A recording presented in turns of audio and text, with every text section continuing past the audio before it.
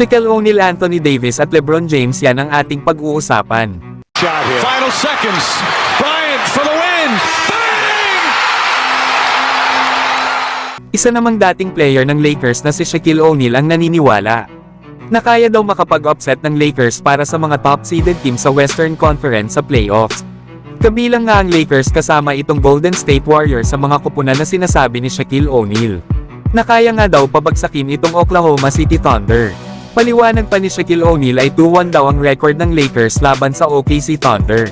Kaya alam daw ng Lakers ang blueprint kung papaano pababagsakin ang Thunder sa Western Conference sa first round ng playoffs. Kaya kailangan daw na gumawa ang lahat ng players para sa Lakers kagaya na nga lang daw ng ginawa nila sa Atlanta Hawks, na kung saan ay maganda ang naging performance nila D'Angelo Russell, Anthony Davis at LeBron James.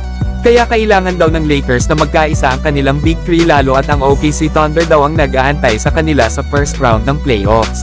Pero kayo mga idol, sang-ayon ba kayo sa mga sinabi ni Shaquille O'Neal para dito sa Los Angeles Lakers? Samantalang ipinaliwanag naman ni Robert Horry, isang dating player ng Los Angeles Lakers, na kung papaano daw ang defensive skills ni Anthony Davis ay nadala ang Lakers sa panalo laban sa Atlanta Hawks. Lalo at alam naman natin na sa naging laban ng Lakers sa Golden State Warriors ay aksidente na tinamaan ang mata ni Anthony Davis, na naging dahilan para hindi tapusin ni Davis ang laro laban sa Warriors. Kaya dito nagbago ang takbo ng laro para sa Lakers at tuluyan na ding natalo ang Lakers sa huli.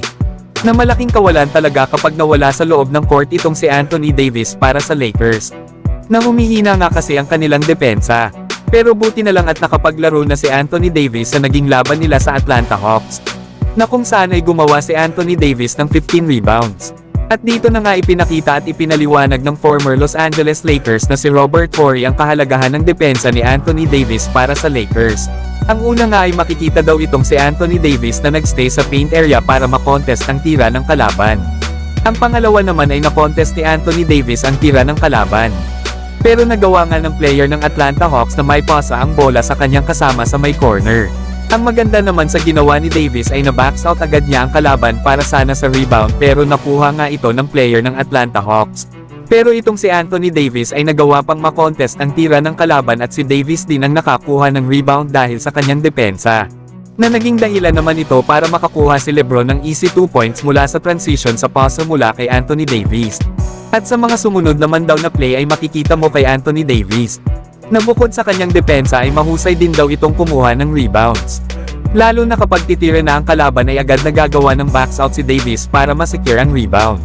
Kaya ganyan ka-importante ang role nitong si Anthony Davis para sa kanilang kupunan, na kung gusto ng Lakers na makapasok at manalo sa playoffs, ay kailangan talaga na manatiling healthy hindi lang si Anthony Davis kundi pati ang lahat ng players ng kanilang kupunan.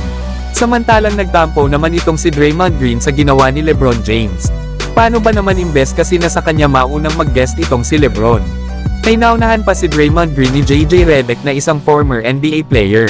Pero hindi ata naiintindihan ni Draymond Green na hindi isang guest si LeBron sa palabas ni JJ Redick. Dahil magkasama talaga itong sila JJ Redick at LeBron James sa nasabing palabas na podcast. At tinawag nga nila itong Mind the Game. Pinagsama nga nila LeBron James kasama ang kanyang brand na Uninterrupted at ang Red X342 Production. Dito nga ay maaari nilang pag-usapan ang patungkol sa basketball kasama na ang mga possible na maging guest nila sa kanilang bagong show. Kaya hindi naman siguro intention ni LeBron na tablahin itong si Draymond Green. Pero hindi nga rin natin masisisi mga idol itong si Draymond dahil matalik din na magkaibigan silang dalawa ni LeBron. Pero ganito kasi yan mga idol, mas masarap makipag-usap sa podcast kung yung isang player ay tapos na ang career sa paglalaro niya sa NBA. Hindi katulad ni Draymond Green, bagamat kaibigan nga ito ni LeBron James, ay hindi naman maganda na mag-usap sila about sa mga nangyayari sa basketball sa ngayon. Lalo at parehas pa nga rin silang active sa paglalaro sa NBA. Pero kayo ba mga idol? Dapat nga bang magtampo itong si Draymond Green kay LeBron? So hanggang dito na lang tayo mga idol. At huwag nyo naman kalimutan mag-subscribe bilang pagsuporta.